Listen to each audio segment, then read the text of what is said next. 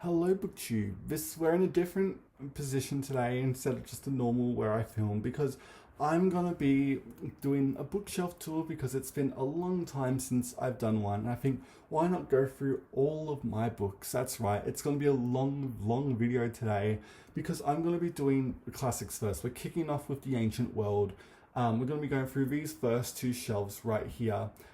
Pretty much this is going to be from Mesopotamia all the way to pretty much the high Middle Ages. So we're going to cover a lot today. Before we get to that, I do have some books here on the top that I just keep. So we're going to go through that first. But strap in, get a drink because this is going to be a bit of a long video.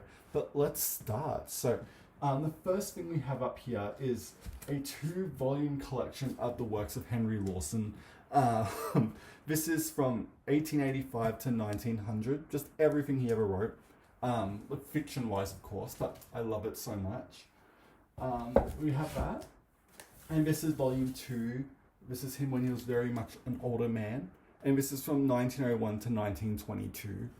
So we have that. And up here's where I keep pretty much like the big hardcovers editions of classics and whatever. I just throw it, whatever I can't fit down here, I just move up here pretty much. Then we have Robert Louis Stevenson, of course. This is just a collection of his novels. This has Treasure Island, Kidnapped, The Black Moth. Oh, not the Black, oh my god, thinking of Haya. The Black Arrow, sorry, I love The Black Arrow. And then The Master of Bellatrix, and The Strange Case of Dr. Jekyll and Mr. Hyde. And I love Stevenson, he's such a fun writer. And this is fun because there's some of these books I just never talk about on my channel, and so I'll be talk about these, but let's keep going. So, Sherlock Holmes, I have the big Barnes and Noble edition of it. I know Holmes is where the heart is right now, but I go back and forth with Sherlock so much. I like everything from the adventures all the way to his return, but after that, I just think it takes such a dip, as I think as much as Conan grew to really hate writing Sherlock, he just started to reuse a lot of stuff and it just became lazy. Like all his hatred just like surfaced to the top and it just didn't do much for me. The same as the early stuff, to be honest, like the early novels. Again, from Adventures to the Return is peak Sherlock for me, but I will give him a try for Holmes Where the Heart Is because I would love to do a ranking all like the Sherlock books and all that. I think that'd be really interesting. But I do have, this is the one like Sherlock thing I have. Again, I want to love Sherlock more than I do, but I need to reflect on this a bit more. So I have that, and then I have a Holy Bible here. This is again the Barnes and Noble, the King James. It's extremely lavish, and it's illustrated too here. I can't remember who done it. Oh my god, I feel so bad, but I love these illustrations. They're so gorgeous. This is the only illustrated Bible I have. And trust me, you're going to be seeing a lot more Bibles as we go on.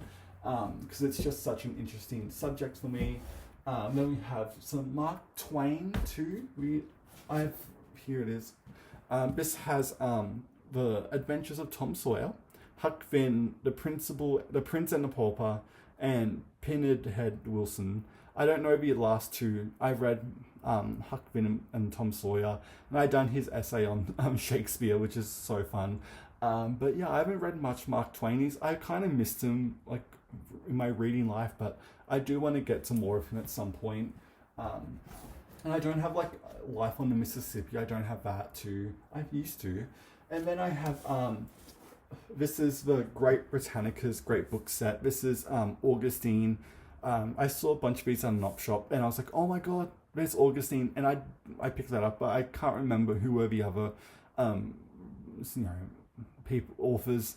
But I saw Augustine and ran with it. I love Augustine. This has the Confessions, City of God, and On Christian Doctrine. I do think this is obviously a bit abridged, considering how it's got City of God in it. But I have thoughts about Mortimer Adler and his Great Books Set or whatever. I know it's been updated a lot, but the fact that there is no Middle Ages representation at all, like the fact it just goes from Augustine all the way to Aquinas, just I think it's a bit sad and a bit biased, but especially when we get to some of the books we're going to be talking about later on in this video. But I have many thoughts about it, but I do have this Augustine. Again, I don't know if it's abridged or not. I just find, oh my god, I never see Augustine in hardcover. But so this is like my one chance to have it. So we have that. And then we have a bunch of Homer translations. Now, I have so much. We have, first off, Emily Wilson. This is her Iliad and Odyssey in hardcover. I love her introduction, and I find her translation to be a bit hit and miss a lot of the time, especially as I've thought about it more and gone back to it occasionally. Again, I keep a lot of notes pretty much, but I could see myself unholding these at some point. Again, I don't know when, it's just an idea. I am in my unholding era, so we'll see, but I do have her Iliad and Odyssey. And then I have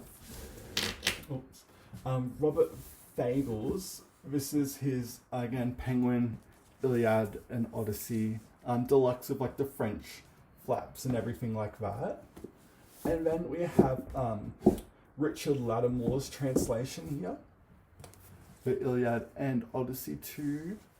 And then the last one up here is Samuel Butler's Iliad and Odyssey. Butler was the first person to translate, at least in English, the Iliad and Odyssey into prose, which I like as well. I don't have, it was an E.V. Ruse. I don't have that one. I used to, but I got rid of it, and I'm on the hunt for the Penguin Black of it.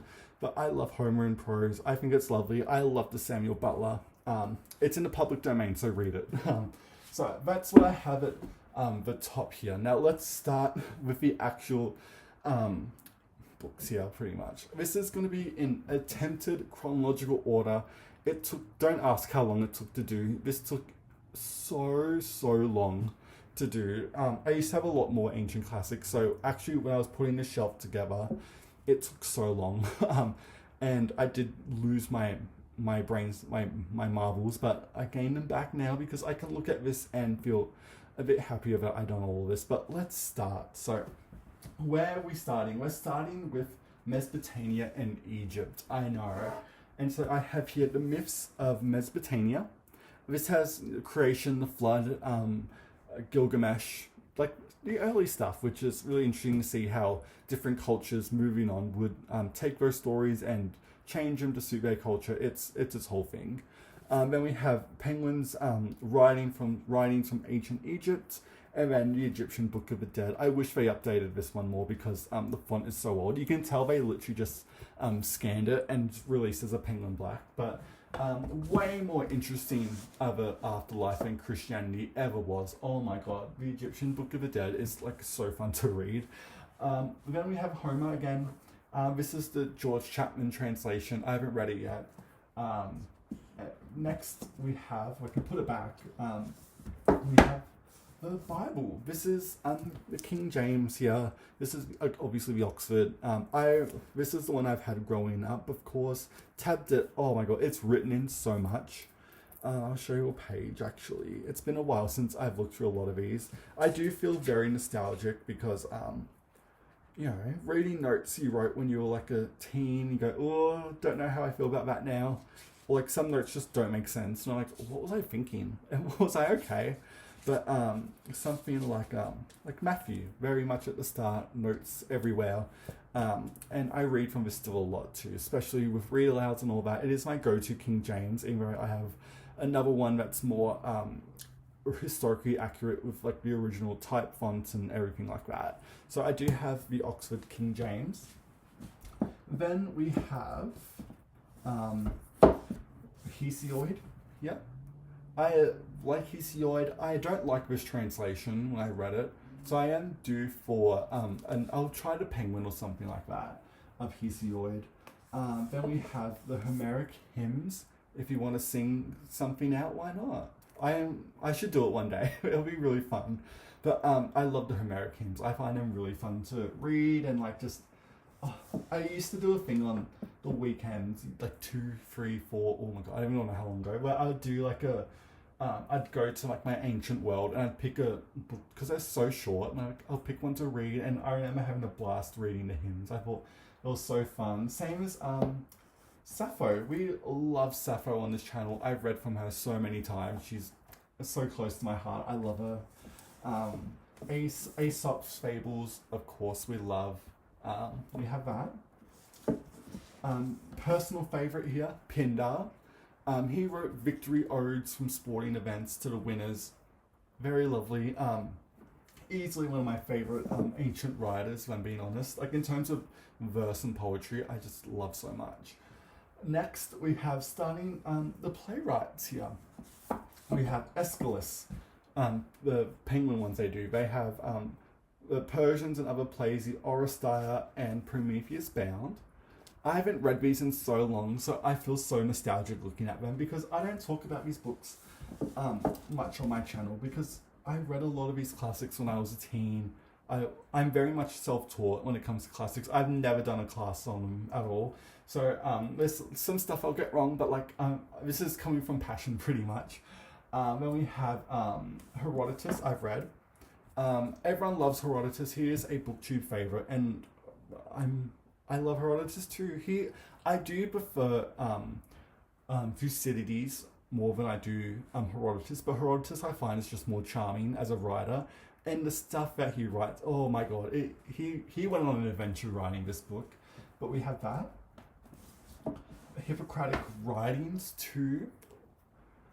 Then we have Sophocles here, again another favourite ancient playwright. Electra and other plays and the three Theban plays we love. Again, it hurts me how little we have of those Aeschylus and Sophocles. It really does. And we're going to see with some other authors. I'm like, why do we have so much of you? Like, why do you have so much that still survives? Like, what, 1,000 years later? Like, why? And we'll get to that in just a sec. But we have Thucydides, loved so much. Oh God, I can't put these back. Aristophanes, I have all the ones that Penguin does.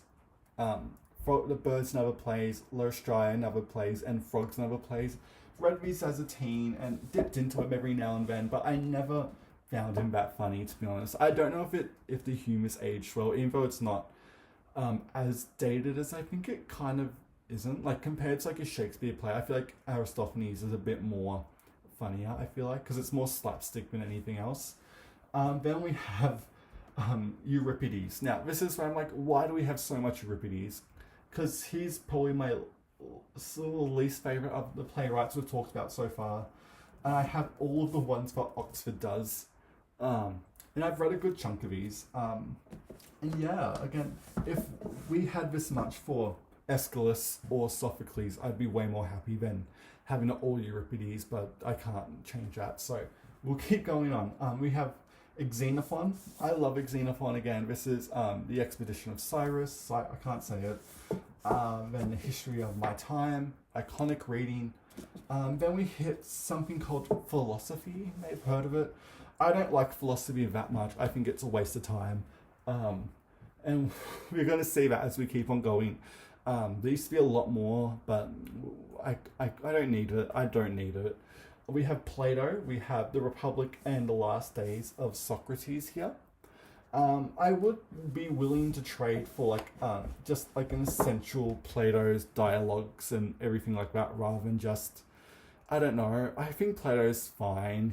At least he has plot to his writings at least. But speaking of other ones I like, we have Diogenes. Of course, we love Diogenes. He's such an interesting person. Lived a very weird life. And then we have the lamest writer who ever lived, Aristotle. I only have this one work of Aristotle because it feels weird not to have any Aristotle on my shelf. I never think about him. He is like one step away from just being dumped. I don't know. I need to work on it more. I never go back to him, as he's literally just so boring and dull. And it's like, I would literally rather read anything else but Aristotle. But let's keep going. We have Demosthenes, selected speeches. Love. We have Mendar. This is Plays and Fragments. Really interesting writer. Read this. Jason and the Golden Fleece. I haven't thought about this in so long. Oh, I haven't read it in years. We have Idols. This is some nature poetry, very lovely. Jason and the Golden Fleece. Oh my god, I haven't thought about that one in ages. What's next? We have Plovis the Histories. Again, a great historian, later Greek times. Then we hit the Romans. And so all of that was Greeks. And I'm happy with that. I feel like I don't need much more. And so let's start with the Romans, because I have way more Romans than I do Greeks. So we're starting off with Plautus and Terence. They're comedy playwrights. Not my favorite. I think they are very stiff. If I had to pick, I think I'd pick Plautus a bit more than Terence, but it's been so long since I read them. It's kind of like choosing between like John Ford or like I forgot his name, or like Ben Jonson. It's kind of like we go, they're not the best, but we'll get to those two later. Trust me. We have then Cicero. I have defense speeches and selected works. I like Cicero. I don't like his philosophy. It's so boring. It's so just nothing. And I would much rather have... I'll keep the defense speeches because I think they're really interesting. But give me his letters. Oh my god, he was a great letter writer. And I would swap that out in a heartbeat for the selected works any day. Because oh my god, watching him just talk about life, I don't care about that. And so let's keep going. We have Lucretius on the Nature of Things. Iconic. One of my favorite things ever. Catullus. Oh my god. Complete poems. You gotta have Catullus. He's so fun. Sallust. Early historian of Rome. Interesting. I haven't read a lot of it. Then we have an author that I just haven't gotten to yet. And that's Virgil. I have the Aeneid, of course, and then I have some of his other writings. I haven't not read Virgil yet. I know. You're going to see how much of this I've read, and you think, wow, Andrew, you've read some other stuff, but you haven't read Virgil yet, and I know. And it's because I spend a lot of time reading Horace more. I love Horace so much. This is the satires, epistles, and then the complete odes and epodes. Both tabbed up. Oh my god, Horace he's just so fun. He's a best friend, really. Then we have Livy next. And I have all the ones that Penguin does. So the early history of Rome, Roman Italy, the War of Hannibal, and Rome and the Mediterranean. I haven't read all of them. I read the early history of Rome, and I was like, oh my god, that's so great. I want to read all of them. And I got them, and I haven't read them yet. I've read bits of Livy just because he's referenced all the time. And I just haven't made my way through his actual works yet, even though I wish we had way more of him than we do, because he wrote so much. Then we have randomly the Gospels here, King James. The reason I have this is because I don't need another copy of the New Testament, literally, but I use it as a frame to show you where likely Jesus was Jesus-ing when he was doing his thing in the deserts and all that. And it's interesting that Livy and Jesus kind of lived at the same time. If you said to Livy, this man named Jesus was doing what he was doing, I don't think Livy literally would have cared at all. And I find that really interesting because little did Livy know what was about to happen in a couple hundred years. But anyway, let's keep going. We've got some more poets. We have this one here, Tiberius. I can't say his name, but I loved his poetry. Loved it. Then we have oh my god, I can't say. I'm sorry. Love the poetry. Again, I love Roman poetry, but I haven't read Virgil. I know. And let's keep going. We've still got a massive shelf to do, and so let's keep going. Next, we have Ovid. Yeah. I read all of this probably 2 years ago. I've read the Metamorphoses. I always get confused with the Metamorphoses and the Metamorphosis by Kafka. Anyway, I said it right the first time. But we have everything I have here. I don't have his letters. Ovid's letters are so interesting. Oh my god, I need that in my life. But I love Ovid. Such a great writer. Then we have the Library of Greek Mythology right here. as someone who didn't study classics at all, let alone ancient works, this is like the biggest resource I use all the time because I cannot remember the gods and their connections to everyone else to literally save my life, like at all. I can't do it. I think because I don't read it as much as I used to, it kind of just, leaves your mind. But I go back to this. It's like one of the only mythology collections of early Greek myths from like the ancient world. So it is a very important resource for me because I do use it all the time. Then we have Pinley the Elder here. I love Pinley.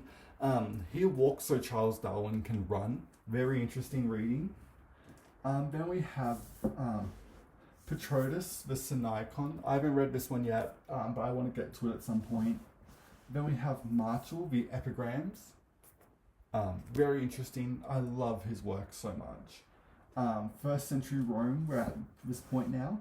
Then we have a personal favorite, Lucan the Civil War. I know no one likes Lucan, but I really like Lucan. I think he's such a fun writer. So I won't bore you with him because no one really likes him. Then we have Plutarch. I haven't read Plutarch yet, but I have the Modern Library collection here of his lives. I haven't read his lives. I've just been a bit too like, oh my god, I don't think I know everyone well enough to do Plutarch, but then I've heard he's so approachable, so I don't know. This is, again, what he wrote. This isn't the split, how it does like Greek lives and Roman lives. This is the actual text, which is cool. And then I have Juvenal, the Satires. Very funny, essential reading for me. Then we have Tacitus here. I've read, really great historian, love it so much. The Letters of Pinley the Younger. Interesting, very good.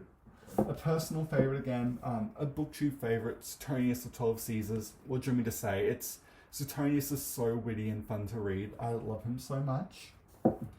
Then we have Josephus, the Jewish War. I haven't read this one. Appian, the Civil War. I haven't read this one yet. Then we have early Christian writings. I have read this, of course, it's very short. And again, Christianity's slowly starting to build, and we'll get to it later. Then we have Adrian, the Alexander the Great. I haven't read this yet. I barely know who Alexander the Great is because I'm not a big Roman historian girly, but I will get to it. Then we have the Apocryphal Gospels, of course. Not canon, but like I still love them. I think they're very interesting. And I do think some of these should have made the cut for being in the Old Testament, the New Testament, sorry. Then we have Longus, Daphnis and Chloe. I haven't read this in so long. Oh my god, this was so fun. Whatever this one is, I can't say the name. Early examples of novels right here because everyone thinks Cervantes started the novel, but it was actually being done in the ancient world, which I thought was really cool. I don't have all of those early novels, but I do have some. I haven't read that one yet. Lives of the Later Caesars, of course we love. The Golden Ass, essential reading for the ancient world. Cassius Dio, I haven't read yet, but I want to. Then we have a personal favourite here. This is Eusebius' History of the Church. Probably I think it is probably the only ancient source we have for the early founding of the church outside of, the Book of Acts or whatever. But, oh my god, it's so interesting. I love Eusebius. I'm so due for a reread of this. So I have that. And then we have Sayings of the Desert Fathers. I haven't read this one yet. Then we have the later Roman Empire here. I haven't read this historian yet. Then we hit towards the end of the Roman Empire, we have probably the last great major figure, Saint Augustine, of course. And of course, I have City of God. I love City of God. I read this every year. I've read it last year in December. I've read it twice now. One of my favorite books ever. It lives rent-free in my mind. And also, living rent-free in my mind is the Confessions. This is the Henry Chadwick translation. I love this translation. I love the Confessions. It's always been one of my favorite books. It's nowhere near as, I think, ambitious or Augustine's best. I still think that is City of God, and It's just incredibly interesting. Same as is on Christian teaching too, or Christian doctrine. Again, I wish we had more St. Augustine readily available because he wrote so much. Like, where's his annotations of the Bible? Where's his notes on that? Where's his sermons? There's so much missing. And I know they're probably available, but I just haven't got them yet, and I want to at some point. And then we have more early Christian lives. So we're pretty much the Roman Empire's collapsed now, and we're in the Middle Ages now. And what a fun time to be in. We have early English poems, an Old Penguin. Then we have The Secret History, Boethius, of course, The Constellation of Philosophy. Then we have Beowulf. This is an early Penguin, not early, but like one of those orange ones. These were so nostalgic for me. I haven't found another translation of Beowulf. I've just never found one, so I've always just stuck to this one. And this is by Michael Alexander, so I don't know if it's the best or not, but it's the one I have. And it's so slim too, like it's literally nothing.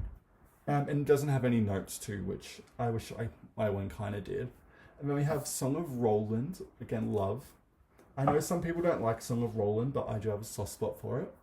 Then we have a friend of mine, the Saint Bede, the Venerable Saint Bede, History of the Early English People, one of the great primary sources for British history, early English history.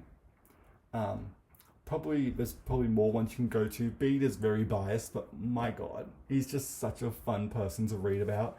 And on the page, he can write. Then I have Anselm of Canterbury. Again, I really like Anselm of Canterbury. I think he's really good. Then The Life of Christina Markyate.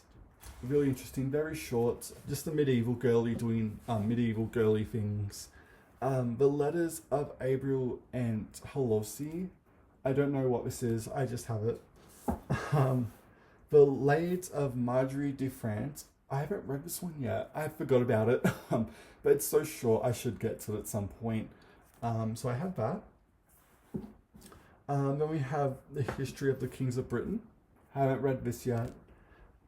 Same as the Nibelungenlied. That's not how you say it at all. But again, I haven't read this one yet. So there's a lot of medieval stuff I need to get to. The Chronicles of the Crusades, of course. I haven't read this one yet. Oh my God. I love how I haven't read all of that stuff, but my God, I have read Magna Carta. Like, there's some random things ever. This is probably the best edition of Magna Carta to get. Again, I know I haven't read a lot of English history and all that stuff, but my God, have I read Magna Carta. And then I have The Golden Legend, great saints' lives, essential reading. I love it so much. And then we have Hermann Hesse. I've talked about his writings on Holy Sunday before. Iconic. Not my favorite, but he is good. And then we have Thomas Aquinas. I hate Thomas Aquinas. He's like Aristotle. Where I need him to stay, but I don't love him.